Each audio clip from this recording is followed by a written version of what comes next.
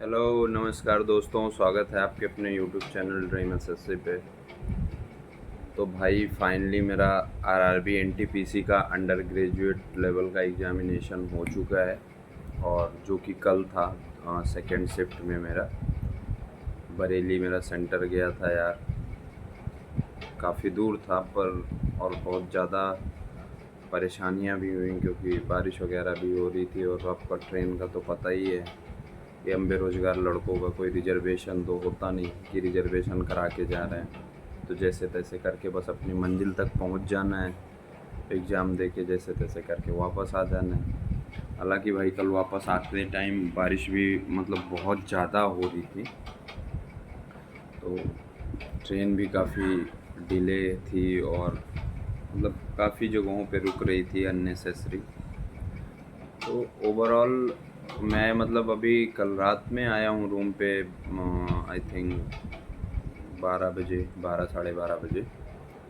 तो उसके बाद फिर मैंने जो कुछ काम था, अपना कपड़ा वगैरह धुलना था, वो सब धुला। उसके बाद खाना पीना खाया, फिर मैं सो गया। तो अभी जस्ट मैं उठा हूँ। कल रात में आप लोगों के लिए वीडियो में मतलब आया, थक ज़्यादा गया था, नहीं तो कल ही वीडियो बना लेता आप लोगों को बताने के लिए एग्ज़ाम लेवल कैसा है और एग्ज़ाम जैसा हुआ है। तो मैं अभी वीडियो बना रहा हूँ आप लोगों के लिए। अभी सो के जस्ट उठा हूँ, तो मैंने सोचा मेरे भी जितने भाई बहन हैं उनके लिए एक वीडियो छोटी सी बना के डाल देता हूँ चैनल पे, जिससे उनको भी पता चल सके एक्चुअल लेवल क्या आ रहा है एनटीपीसी एग्जामिनेशन का। भाई मतलब मैथ्स और रीजनिंग का तो ये हाल है। हाँ, रीजनिंग में थोड़ा 2-3 क्वेश्चन ट्रिकी डाले थे उन्होंने, पर ऐसा नहीं है। अगर आप ध्यान से करोगे तो वो भी हो जाएंगे। हो सकता है कि अगर आपकी थोड़ी सी प्रैक्टिस कम हो तो आई थिंक 1-2 क्वेश्चन आप ना कर पाओ। बाकी मैथ्स और रीजनिंग, और मैथ में शायद एक आध क्वेश्चन ना कर पाओ अगर आप प्रैक्टिस कम है। बाकी जो एसएससी वगैरह की प्रिपरेशन कर रहा है या अदर एग्ज़ाम में जिन्होंने पहले अपीयर कर रखा है, तो ये लेवल नहीं, मतलब आप ये समझ लो कि जो ग्रेजुएशन का लेवल था, अगर हम ग्रेजुएशन को एक हिसाब से जीएस के बेस पे टफ कह सकते हैं, तो ये समझ लो आप कि मॉडरेट लेवल है, जिसमें मैथ्स और रीजनिंग बहुत ज़्यादा आसान है। मतलब आप 60 आउट ऑफ 60, अगर आपकी सिली मिस्टेक ना हुई तो आप 60 आउट ऑफ 60 स्कोर करोगे। ये लेवल है मैथ्स और रीजनिंग का है अंडर ग्रेजुएट एनटीपीसी का। हालांकि मेरा सेंटर सिद्धि विनायक में गया था लास्ट टाइम भी। मेरा पोस्ट ग्रेजुएशन करो, मैं ग्रेजुएशन वाला जो एग्जामिनेशन था, जो मैंने गुवाहाटी जोन से भरा था, जिसमें मेरा ग्रेजुएशन वाला सेंटर गया था, उसी में मेरा इस बार सिकंदराबाद जोन से मैंने भरा अंडर ग्रेजुएट का। उसका भी सेंटर सेम स्कूल में ही गया है और उसी शहर बरेली में ही। तो भाई मैथ्स और रीजनिंग अगर आप सिली मिस्टेक नहीं कर रहे हो तो आप ये मान के चलो कि 60 आउट ऑफ 60 तो कंफर्म है, कर ही लोगे। अगर 60 आउट ऑफ 60 नहीं कर पा रहे हो तो ये समझ लो आप 55 to 57, 58 नंबर इसी रेंज में रहोगे, अगर आप आपकी थोड़ी सी भी मैथ्स और रीजनिंग अच्छी है। हालांकि लेवल ही उसका बहुत ज़्यादा डाउन है, तो अच्छे होने की कोई बात ही नहीं, बस थोड़ी सी प्रैक्टिस होनी चाहिए। और भाई जीएस के 40 क्वेश्चन का वेटेज था, उसका ये सीन था, लोग कह रहे हैं 10 क्वेश्चन 15 क्वेश्चन करंट अफेयर से। ऐसा कुछ नहीं है बिल्कुल भी, 10-15 क्वेश्चन करंट अफेयर से नहीं पूछ रहा है। हालांकि आप ये मान के चलो 3 क्वेश्चन भाई मेरे एग्ज़ाम में जो थे, मैं वो आपको बता रहा हूँ जेन्युइनली, कि 3 क्वेश्चन थे करंट अफेयर के और 3 क्वेश्चन थे कंप्यूटर के। मतलब कंप्यूटर का लेवल ये है, मेरे में तो एक पूछा था कि ऑल्ट प्लस टैब का मतलब क्या होता है यूज़ एक साथ प्रेस करने पे, तो वो तो मैंने सही कर दिया, विंडो स्विचिंग के लिए होता है। और शायद 1-2 क्वेश्चन पूछा था, यानी 3 क्वेश्चन मैथ्स के थे मेरे में, 3 क्वेश्चन क्या बोलते हैं साइंस से थे, और बाकी स्टैटिक पोर्शन था। 3-4 क्वेश्चन करंट अफेयर के रहे होंगे, और जीएस में था थोड़ा हिस्ट्री से, पॉलिटी से, इकॉन, मतलब बैलेंस्ड जीएस का पोर्शन है। बैलेंस्ड इन द सेंस कि आप 40 में अगर आप एक्यूरेसी के साथ कर रहे हो, किसी ने बहुत ज़्यादा पढ़ा है तो भाई वो तो मैं बता नहीं सकता, हो सकता है वो 40 में 40 कर दे या 30 कर दे या 35 कर दे, पर आप ऑन एन एवरेज अगर स्टूडेंट हो तो आप 20-18 क्वेश्चन, 15-18 क्वेश्चन आप बना सकते हो एक्यूरेसी के साथ। और बाकी तो 60 में इधर 57-58 नंबर, 55-56 नंबर आप मान लो, 55-56 नंबर आप मैथ्स और रीजनिंग मिला के कर सकते हो भाई। कल एक जो सबसे अच्छी चीज़ ये हुई, मतलब अल्टीमेटली एडिक्विटी का फेज़ 13 का एग्ज़ाम देने के बाद इतना सब बेकार व्यवस्था, टेक्निकल प्रॉब्लम, स्टाफ का कोऑपरेट ना करना और इतनी अव्यवस्थाओं के बाद कल फाइनली टीसीएस, हालांकि आरआरबी के एग्ज़ाम्स तो टीसीएस ही कराती है, तो मैंने तो लास्ट पेपर फेज़ 13 का दिया था जो एडिक्विटी ने कराया था। उसके बाद तो फिर यही था एनटीपीसी अंडर ग्रेजुएट का।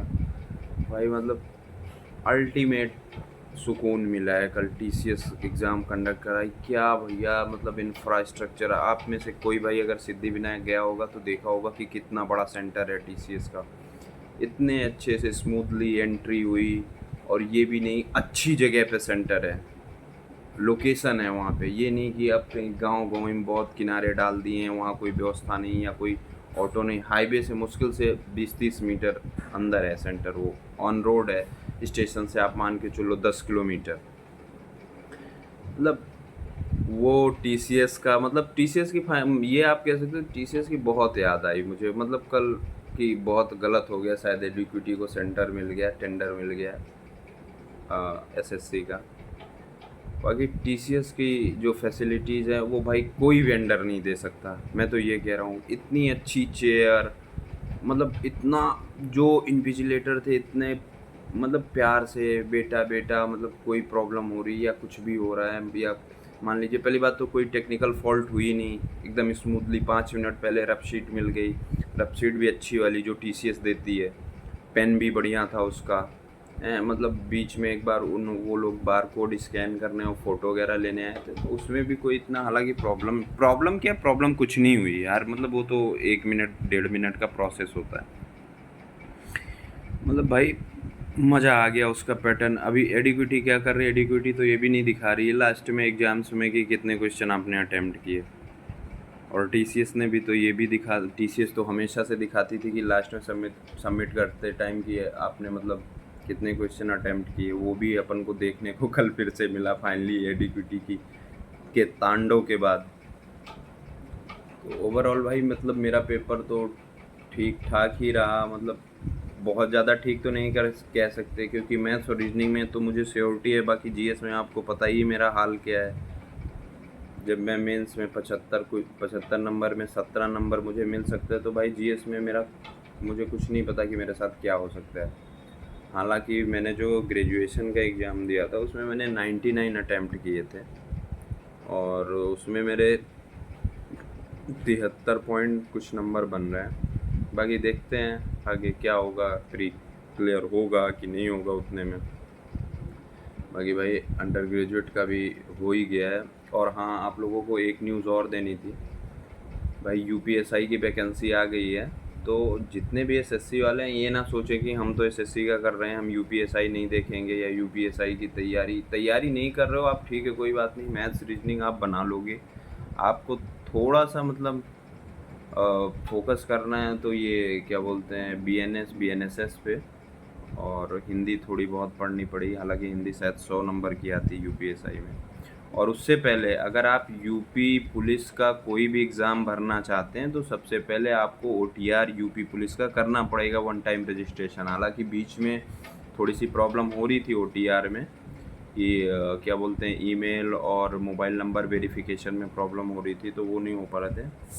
तो आप लोग पहले ओटीआर कर लें। और यूपीएसआई की डेट भी 12 अगस्त से शुरू हो गई है फॉर्म भरना, एज वेल एज आप फॉर्म भी भर दीजिए। और मैं आप लोगों को 2 फॉर्म और सजेस्ट करूँगा। हालांकि आईबी तो जो लोग ग्रेजुएशन होगा, जिनका मन होगा उन्होंने डाला होगा, नहीं डाला होगा वो तो ठीक है, लेकिन 2 एग्जामिनेशन आप, और अगर आप तैयारी कर रहे हो एसएससी की, तो मुझे लगता है वो दोनों एग्ज़ाम में भी आपको अपीयर करना चाहिए, बैठना चाहिए। वो एक शायद बिहार एसएससी सीजीएल का है और बिहार ऑफिस अटेंडेंट का है, जिसमें तकरीबन दोनों का मिला के शायद 9,9500 वैकेंसियाँ हैं। तो आप लोग एक बार उसको ज़रूर फॉर्म फिलअप कर दीजिएगा। हालांकि वो क्या बोलते हैं, ये बिहार में इस बार डोमिसाइल भी मैंडेटरी कर दे रहे हैं, तभी आपको रिजर्वेशन मिलेगा अगर बिहार का डोमिसाइल होगा तो। क्योंकि आपको पता ही है टीचर भर्ती में 40,000 लोग तो यूपी से ही भर गए थे बिहार में। तो शायद इस बात को लेके भी थोड़ा हंगामा हुआ था। हालांकि मेरे कहने का कंसर्न ये है कि आप बिहार एसएससी सीजीएल और बिहार ऑफिस अटेंडेंट की पोस्टें आई हैं जो कि 18-19 तारीख से आई थिंक स्टार्ट होगा उनका ऑनलाइन। और मतलब जो बिहार के नहीं हैं, जो अदर स्टेट के हैं, उनकी एग्जामिनेशन की फ़ीस आई थिंक 540 रुपये है। और आप अगर आपके पास बिहार का डोमिसाइल नहीं है तो आप जनरल में काउंट किए जाओगे। और 35% रिजर्वेशन स्पेशली उन वैकेंसीज़ में महिलाओं के लिए रिज़र्व्ड हैं, जिसमें 84% वैकेंसी रिजर्व्ड हैं केवल बिहार के कैंडिडेट के लिए। आपको 16% में फ़ाइट करना पड़ेगा। ये मैं पहले आपको क्लियर कर देना चाहता हूँ। ये किसी चैनल वाले ने कहीं मेंशन करके नहीं बताया है, किसी ने इस पे वीडियो नहीं बनाई है। हाँ, वीडियो सबने बनाई कि बिहार एसएससी का फॉर्म आ गया, ऑफिस अटेंडेंट का फॉर्म आ गया, बढ़िया अपॉर्चुनिटी है, 12th लेवल को अपॉर्चुनिटी है, ग्रेजुएशन लेवल को है, 10th लेवल को। ये सब लोगों ने चिल्ला चिल्ला के बताया है और 20 मिनट, 30 मिनट और 35 मिनट का वीडियो बनाया है। मैं आपको शॉर्ट में 1-2 मिनट में मैंने बता दिया। अब बाकी आपका कंसर्न है, आपको करना है कि नहीं करना है। रही बात भाई, मैं तो 1-2 दिन में यूपी पुलिस एसआई का फॉर्म डालने वाला हूँ। और उसके बाद फिर बिहार एसएससी का ऑफिस अटेंडेंट का फॉर्म डालूँगा। और ये कितने लोगों ने ये आरआरबी टेक्नीशियन सिग्नल 1 और ये ग्रेड 1 मतलब सिग्नल वाले में, और ग्रेड 3 कितने भाइयों ने डाला है, ज़रा कमेंट करके मेरे को ज़रूर बताइएगा। क्योंकि हालांकि उसमें ग्रेड 3 वाले में तो ओपन वैकेंसी में 12th पास ही मांगा है। हालांकि सिग्नल 1 जो ग्रेड 1 का है आरआरबी टेक्नीशियन का, उसमें तो बीएससी फिज़िक्स और या फिर आपके पास आईटी वगैरह से, मतलब मैंने तो आईटी की है, तो मैं आईटी के थ्रू मैंने 3 साल का डिप्लोमा किया है, तो उसी से मैंने डाला था ग्रेड 1 का। तो भाई मेरे पास अभी 3 फॉर्म मुझे और डालने हैं, जैसा कि मैंने आपको बताया। ये तीनों फॉर्म डालूँगा और फिर सीजीएल के लिए दबा के मॉक लगाना है। अब आज तो नहीं पढ़ूँगा, आज थोड़ी सी मूवी वगैरह देखूँगा। भाई बहुत थक गया हूँ, बहुत ज़्यादा परेशान हो गया हूँ पेपर दे के। तो आज चिल करूँगा, कल से पढ़ाई शुरू करूँगा फिर से। गिव अप नहीं करना है भाई, ठीक है। असफलताएं कब तक मिलेंगी, एक ना एक दिन सफल होंगे ज़रूर मेरे भाई। अगर आप लगे हैं, आप लगे हैं यार। देखो मैं एक असफल आदमी हूँ, मैं ये चीज़ कह रहा हूँ। जो सफलता पाए वो तो बहुत सारी कहानियाँ सुनाते हैं, बड़े बड़े न्यूज़ उस पे क्या बोलते हैं, पॉडकास्ट पे, और बड़े बड़े टीचरों के प्लेटफॉर्म पे बैठ के वो तो कुछ भी मतलब तोड़ मरोड़ के सुनाएंगे, क्योंकि वो सफल हो गए। भाई मैं असफल हूँ, मैं आपसे खुद कह रहा हूँ, आप ही को नहीं कह रहा हूँ मैं, ये खुद को भी यही समझा रहा हूँ कि अगर हम लगे हैं तो ज़रूरी नहीं हमेशा असफल रहेंगे। आज असफल हैं तो एक दिन वो ज़रूर आएगा जब सफल होंगे। तो बस मैं आप लोगों से यही कहना चाहूँगा भाई, आप जिस भी एग्ज़ाम की तैयारी कर रहे हो या फिर जो भी एग्ज़ाम है, आपका जो भी मेन फोकस है वो बिल्कुल करते रहो, लेकिन फॉर्म सारे आप डालते रहो। अभी ये नहीं सारे डालने का मतलब है कि आपको नहीं, बिल्कुल आपको इंग्लिश आती ही नहीं तो आप सीजीएल का फॉर्म डाल रहे हो, या आपको मैथ्स आती ही नहीं तो आप क्या बोलते हैं आईबी का फॉर्म डाल रहे हो। मतलब आपके रिलेवेंट इर्द गिर्द जो भी सब्जेक्ट्स हैं, जो आपको लगे कि हाँ पढ़ सकते हो, आपको अगर पता है कि ये आती नहीं तो मुझे आ जाएगी, तो डेफिनेटली उस एग्ज़ामिनेशन का भी फॉर्म भरो आप। ओवरऑल मेरा कहना भाई बस इतना है कि आप फॉर्म भरते रहो, पढ़ाई ठीक से करते रहो। और स्पेशली सीजीएल वाले मेरे भाई बहन जो हैं उनके लिए देखो, एक बात तो तय है, आप मेरी चाहे क्लिप एडिट करके रख लेना या स्क्रीन क्या बोलते हैं क्लिप काट के आप कहीं सेव करके रख लेना। मैं आपको एकदम फाइनली बता रहा हूँ, एडीक्यूटी के पास कोई इंफ्रास्ट्रक्चर नहीं है ऐसा, या ना इतना जल्दी उनके पास कोई इंफ्रास्ट्रक्चर होने वाला है जिससे वो सितंबर के फर्स्ट वीक में एसएससी सीजीएल का एग्ज़ाम कंडक्ट करा सके। हाँ, लेकिन उनका कुछ भरोसा भी नहीं है क्योंकि वो किसी का सुनते नहीं हैं। तो आप अपनी तैयारी में फुल टू एकदम लगे रहो। ऐसा नहीं है, आप ये मान के नहीं चलना है कि हाँ ठीक है एग्ज़ाम पोस्टपोन हो गया तो ज़रूरी है कि फर्स्ट वीक में एग्ज़ाम भी नहीं होगा। एग्ज़ाम हो सकता है, डेफिनेटली हो सकता है, पर मेरा जो गेस है, हालांकि पढ़ मैं भी रहा हूँ ऐसा नहीं है, पर मेरा जो गेस है भाई, मुझे तो नहीं लगता कि एडिक्विटी एसएससी आयोग एग्ज़ाम करा पाएगी सीजीएल का सितंबर के फर्स्ट वीक में। बाकी ठीक है, देखते हैं, वो उनकी प्रॉब्लम है। हमारा एग्ज़ाम फेयर होना चाहिए, हमको कोई दिक्कत होनी नहीं चाहिए, टेक्निकल इशू कोई होना नहीं चाहिए, हमारे क्वेश्चन सही हों, हमको कोई प्रॉब्लम ना हो। बस हमें क्या करना है, हमारा काम है पढ़ना, उनका काम है एग्ज़ाम कंडक्ट कराना, सेलेक्ट करना, कट ऑफ निकालना, वो सारी चीज़ें वो बैलेंस तरीके से अच्छे से करें। बाकी हम लोगों को जो करना है वो हम करते रहेंगे, बिल्कुल भाई गिव अप नहीं करेंगे। ये सोच के नहीं बैठेंगे कि हाँ ठीक है सितंबर के फर्स्ट वीक में चला गया तो अभी 20 तारीख से पढ़ाई करते हैं, 25 तारीख से रिवीजन शुरू करते हैं, ये नहीं करना बिल्कुल भी। हाँ ठीक है, आप अगर एग्जॉस्ट हो गए हो पढ़ लिख के, या फिर बहुत ज़्यादा एंजाइटी हो रही है, ठीक है, एक आध दिन रेस्ट ले सकते हो आप, क्योंकि बहुत सारी चीज़ें पैरेलली चल रही हैं इस समय एसएससी में, तो ज़्यादा आपको टेंशन लेने की ज़रूरत है नहीं।